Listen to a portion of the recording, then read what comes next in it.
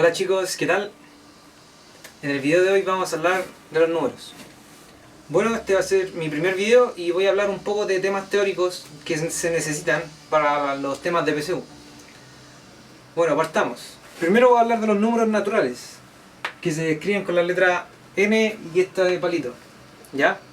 Cuando nosotros contamos, por ejemplo, y decimos cuántos tomates hay, nosotros partimos con las manos diciendo 1, 2, 3, 4, 5, 6. Y por ejemplo habían 6 tomates. ¿Ya? Ahora cuando hay mucho, vamos a ir diciendo 1, 2, 3, 4, 5. Hay 826 tomates. ¿Ya? Entonces, los números naturales se usan para conteo, pero con el estilo de las manos. Así, los números naturales serían los siguientes. Sería el 1, el 2, el 3 y así hasta el infinito. ¿Ya? Luego hay un conjunto de números que es más grande, pero tiene ciertas características como tener el número 0 y los mismos naturales pero negativos, como el menos 1, el menos 2, el menos 3, todo eso. Entonces así surge el conjunto de los números enteros, que se denotan con la Z. Y este conjunto es el siguiente. Parte de menos infinito. Y por ejemplo, partimos con el menos 3, el menos 2, el menos 1 y tomamos el 0. Y después decimos 1, 2, 3 hasta el infinito. ¿Ya? Esos son los números enteros.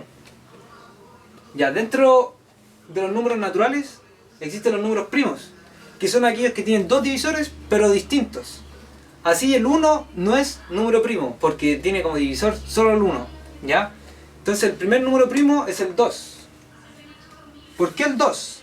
Porque tiene como divisor el 2 y el 1. ¿Cierto? Si dividimos 2 por 2 dividido 2 es 1 y 2 dividido 1 es 2, pero no existe otro más. Luego existe el 3. ¿Por qué el 3? Porque 3 dividido 3 y 3 dividido 1. Son los únicos dos divisores. Recuerden que tiene que tener solo dos divisores y distintos. Luego viene el 5, que tiene la misma lógica. El 7. ¿Y cuál podrá ser el siguiente? 11. Viene el 11. Después el 13. Porque el 13 tiene como divisor el 13 y el 1. Y ningún otro más. ¿Ya? Y así hasta el infinito.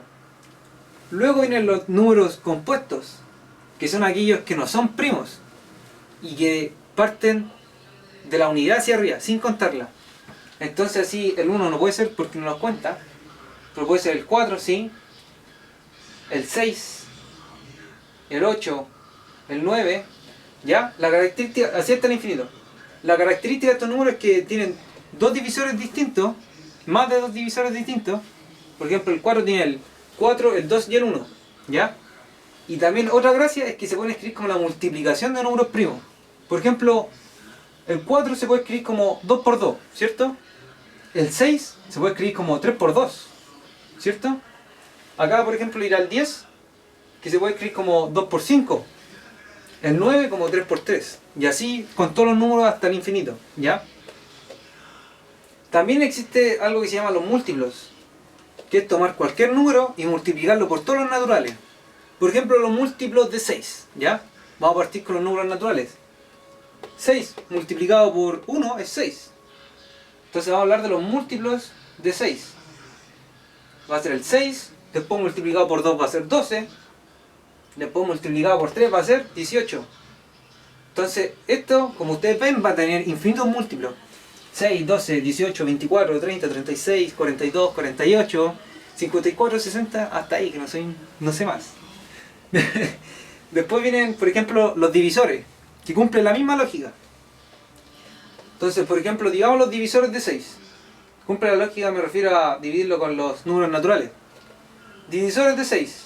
Va a ser el 6 porque 6 dividido en 1 va a ser 6.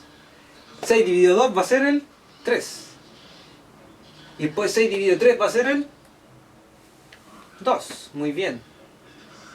Y después va a llegar hasta 6 dividido 6 porque nos va a dar 1. Entonces es el conjunto de los divisores de 6. ¿Ya? Más adelante vamos a hablar del mínimo común múltiplo y mínimo común divisor, que en verdad va a ser encontrar entre dos números cuál va a ser el común y el más pequeño, o el máximo común divisor y cosas así, ¿ya? Una característica de, por ejemplo, cuando nosotros hacemos la división, vamos a tener acá el dividendo, el divisor, acá estos son igualdad, así que es lo mismo, donde A va a ser el dividendo, B va a ser el divisor y C va a ser el cociente. Ahí dice cociente, ¿ya? Lo escribo muy bien. Bueno, vamos a ver un ejemplo, ¿ya? Un ejemplo de división, por ejemplo, algo fácil. 4 dividido 2. Entonces el 4 lo podemos escribir así, 4 dividido 2. O bien lo podemos escribir como 4 dividido 2. ¿Ya? Y esto, como ustedes saben, va a ser 2. ¿Ya? Vamos a ver una división un poco más complicada, que sería el 5 dividido 3. ¿Ya? Ustedes van a decir, ya, el 5 cae acá una vez, ¿cierto? Después le agregan un 0, o sea, lo restan, les va a quedar, le restan el 3, le va a quedar un 2. Y como el 3 ya no cae en el 2, van a tener que colocar una coma. Ya a este le colocan un 0. Lo que están haciendo es como encontrar otro número por la parte decimal. Entonces 3 por ¿cuánto me daría? 3 por 6 me daría 18. Y así le resto el 18 y me queda un 2. Y se dan cuenta, se va a repetir la situación. Y va a tener que haber de nuevo un 18. Entonces va a haber muchos 6 acá. ¿Ya? Esto va a ser un número decimal infinito periódico. ¿Ya? Que tiene la siguiente esa característica. Bueno, también voy a borrar primero. También existen los números racionales que se denotan con la Q. Y estos números se pueden escribir como fracción, ¿ya? Todos aquellos que se pueden escribir como fracción son números racionales. La definición oficial es la siguiente.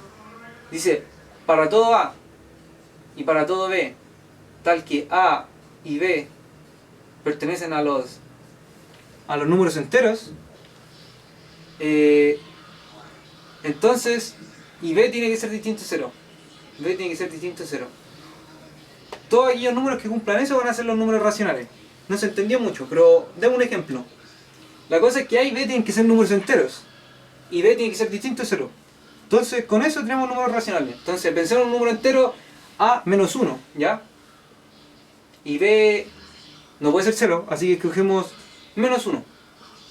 Entonces, este número va a ser el 1. Porque todo número dividido por su mismo número es 1. 6 dividido 6, 1. Y así sucesivamente. Por otro lado tenemos los números irracionales, que son números infinitos que no se pueden escribir como fracción. Por ejemplo, así surge el famoso pi, que es el 3,1415, 1, y después así hasta el infinito. Ese no cumple ningún patrón, entonces no lo podemos escribir como fracción. Es imposible. Entonces eso sería un número irracional, que se escribe con la Q'. Aquí va a estar el pi también. Y otro ejemplo clásico son las raíces de los números primos. Esto es importante. Raíz de un número primo. Estos números son irracionales. Por ejemplo, el raíz de 2. El raíz de 2 va a ser 1, muchos decimales, pero créanme que es irracional. No se puede volver a escribir como fracción después. ¿Ya? Y luego la unión de los números racionales y los números irracionales nos va a dar los números reales, que se escriben con la letra R. Entonces así, por ejemplo, los números reales van a ser todos aquellos que conocemos. Entonces puede ser menos pi, 0, 2 dividido 3, puede ser menos 8 dividido 9, y así. Son todos los números que conocemos. Voy a hablar un poco de los números complejos, que los voy a hablar más adelante. Pero la gracia de los números complejos es que van a ser un número, un subconjunto más grande o sea, un conjunto más grande que los números reales, que se van a escribir con una parte real que se la llamará, y va a haber una parte imaginaria, i, y su número i va a ser igual a la raíz de menos 1, ¿ya? Y por último, van a haber números que no van a pertenecer a estos conjuntos, que son los números que se indeterminan. Entonces la pregunta es, ¿cuándo un número se indetermina? Acá tiene que ver cumplir ciertos casos. Por ejemplo, cuando nosotros decimos infinito dividido infinito, eso no tenemos cómo calcularlo. Entonces ese va a ser un número indeterminado, ¿ya? También el famoso cualquier número entero dividido 0, tampoco sabemos cuánto. De algunos dicen que infinito, pero para el DEMRE va a ser indefinido, ¿ya? Entonces eso va a ser indefinido. Y otras cosas como las raíces negativas. Las raíces negativas para los números reales son indefinidas, pero cuando hablamos de los números complejos sí van a existir. Por ejemplo, la raíz de menos 1 va a ser igual a i, ¿ya? Bueno, eso fue todo por los temas de números. Espero que hayan entendido. Acuérdense de darle like y suscribirse a mi página para tener más fans, y voy a seguir subiendo más videos para el tema de la PSU. Así que partan estudiando de a poquito y con mucho ánimo. Voy a seguir subiendo más videos y eso. Mucha suerte a estudiar.